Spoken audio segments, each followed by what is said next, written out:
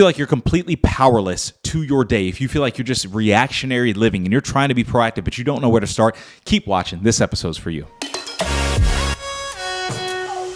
Welcome back to the Chasing a Greater Vision podcast. I'm your host, Rickey Jasper. Today, we are going to talk about proactive versus reactive living and how to live a more proactive lifestyle. Now, the tips, we'll get right into them at a high level. Number one, we're going to audit our beliefs. Number two, we're going to create change. And then number three, we're going to stop caring what other people think. Now, the problem is we are set up to be reactionary throughout the day in a digital era. I work in IT. I'm an IT professional. I also do this, right? Everything I feel is reactionary. I'm reacting to what clients need. I'm reacting to what the dev team needs. Like there's a lot of reactions. And on top of that, outside of, my IT profession, I am consistently reacting to emails, Slack, well, I guess that's also still within work, Facebook, Instagram, all of the pings and dings that I talk about, and it's just reactionary to alarms, right? Now, when we're consistently reacting to things, sometimes we get away from being mindful. Sometimes we get away from what we actually want to do, and we're just doing things, right? So the goal for this episode is to be living on purpose and to be living with mindfulness and being proactive in areas that we want to be proactive in. It's really to take your life back. So number one, I want you to audit your beliefs. Now, I grew up living in Northern Virginia, right? I went to James Madison University. I got a degree in computer information systems there. And the one thing that was really interesting was it was almost as if you grew up to Northern Virginia, you went to a Northern Virginia school, Virginia Tech, JMU, UVA, Longwood, anything, and then you ended up living in DC or Arlington, and you just became a consultant or you worked within politics, right? And that was almost what was, I wouldn't say like explicitly fed to us, but that's what happened so much that was just the career path, right? So after about, I'd say maybe 3 years after college, I decided to move to San Diego. Now, it was a big change for me, and it took me, I was so excited to do so, but it took me a lot to just kind of like mentally get to the fact that like I am about to have a complete different life change. Like I want to be on a different coast. I want to have a different lifestyle. And it messed with me because I was like, is this the right thing? Like I believe that I'm supposed to be here and I'm supposed to be in DC and I'm supposed to just be a consultant and, have the house, the kids, all of that before 30. Like that's what I thought, right? And so I was reacting and I was going through my life being reactive to what I thought was supposed to be the game plan and the landscape and the blueprint. But when I audited what I wanted to do, at the time I really wanted to be in fitness. At the time I really wanted to grow my online personal training brand. And I realized, okay, I need to be in a location where the weather's like nice all year round so I can make content all year round. So I can market to people and have people that I could coach and train all year round that are more centric, to California, to the West Coast. So I was like, I need to make a move. And it was a very, very scary thing. But the one thing that it did was it changed my trajectory. When you audit your beliefs and you change your actions and you change a trajectory, you're able to see different things. And when you see different things, different opportunities open up to you.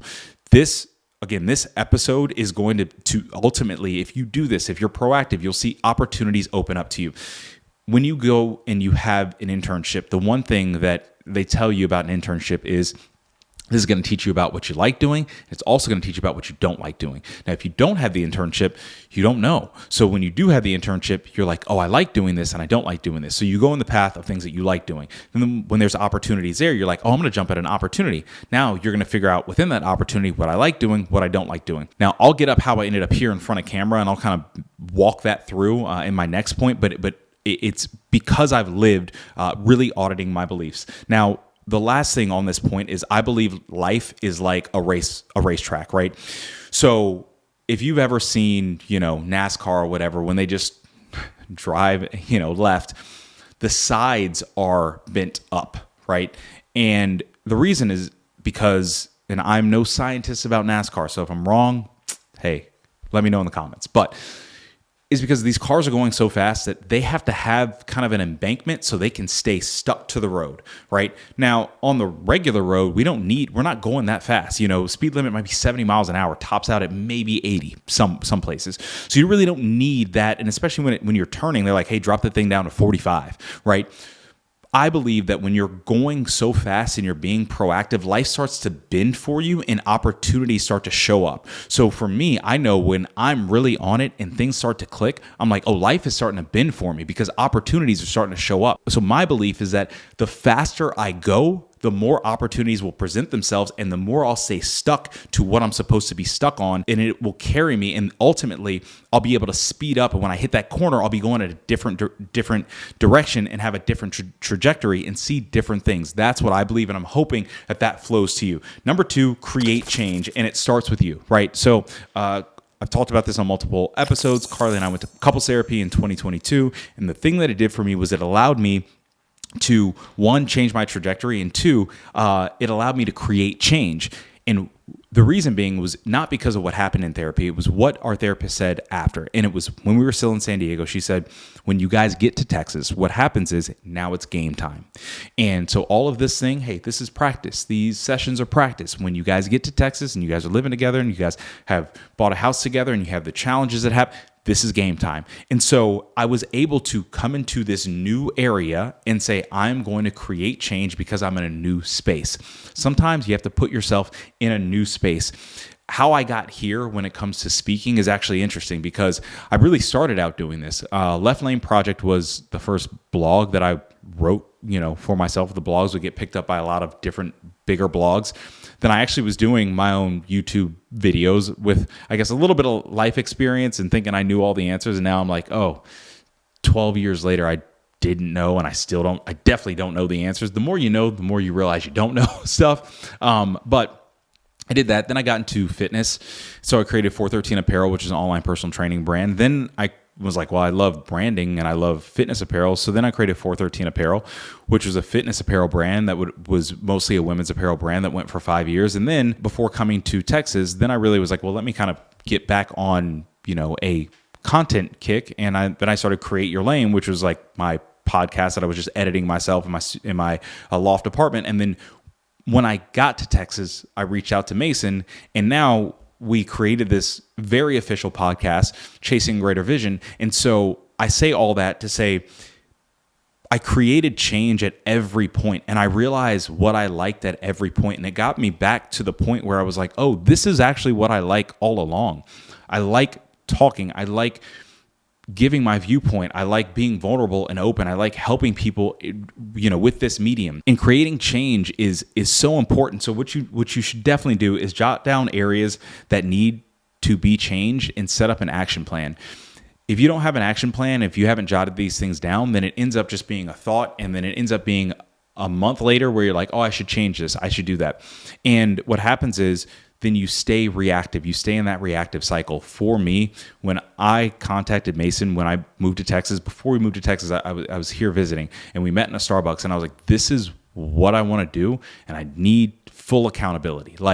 Because if not, I'm just going to say, well, I got IT stuff going on and everything's so busy, and I'm really just focused on making money. And the reality is, yes, while that's great, this is something that I love doing, and this is my passion. This is an area for me that I have to, 1, create change in my day-to-day, and 2, it allows me to create change in my life and other people's life. So figure out ways that you can create change in your life, because that thought process alone is a proactive thought process. And number 3, stop caring about what other people think.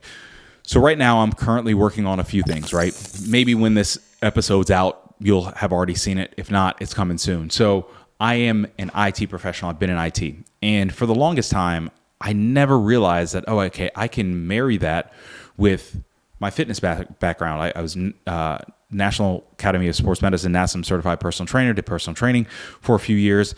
And so I understand the fitness aspect component. I also am someone who lead business analyst by trade from a technical standpoint. So I've communicated my entire technical life with different people, with clients that don't speak technically, with developers that do speak technically. I've communicated with clients from a fitness standpoint that don't speak any sort of fitness jargon, that have no idea what to do with fitness and nutrition. And what I've realized was that, hey, there's a common theme here, and it's people that are that need something done with a short amount of time that are just like, this is really important. And so what I'm doing is creating programs that really target IT professionals to help them with mental clarity, communication, and fitness, right? Those things are things where I never thought about, and I was like, I don't have the credentials to create this stuff, or I can't do this stuff. But in reality, I was caring so much about what other people might think about me creating things that are very legitimate, that I've used, that are tried and true, that I also have credentials in. And when you are living proactively, you're not caring about what other people think, because you're living for you in a selfish way, but also it's selfless.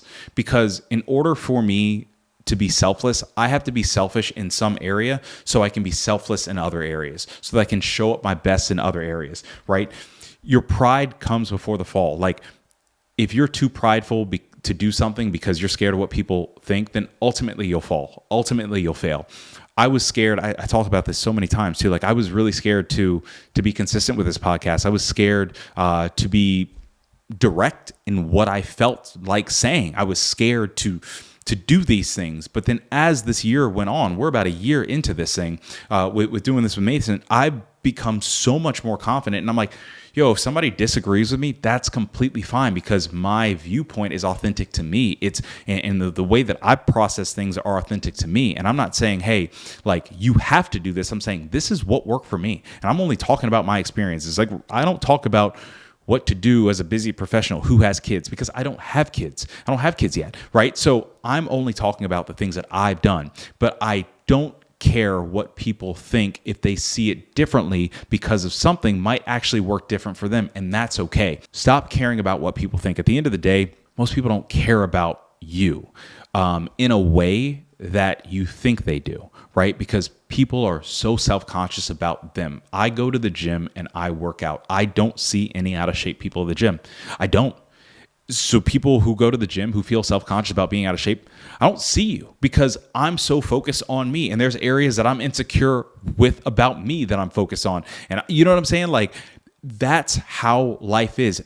Focus on yourself. Stop caring about what other people think. Stop caring about, how other people view you. Make sure that you're doing things that are proactive instead of just being reactive. At the end of the day, we want to really sit down, and I'll run through these again. Number one, we want to audit our beliefs. What do we believe about ourselves? What do we believe about the trajectory of our life? What do we believe that we can create in our life, right?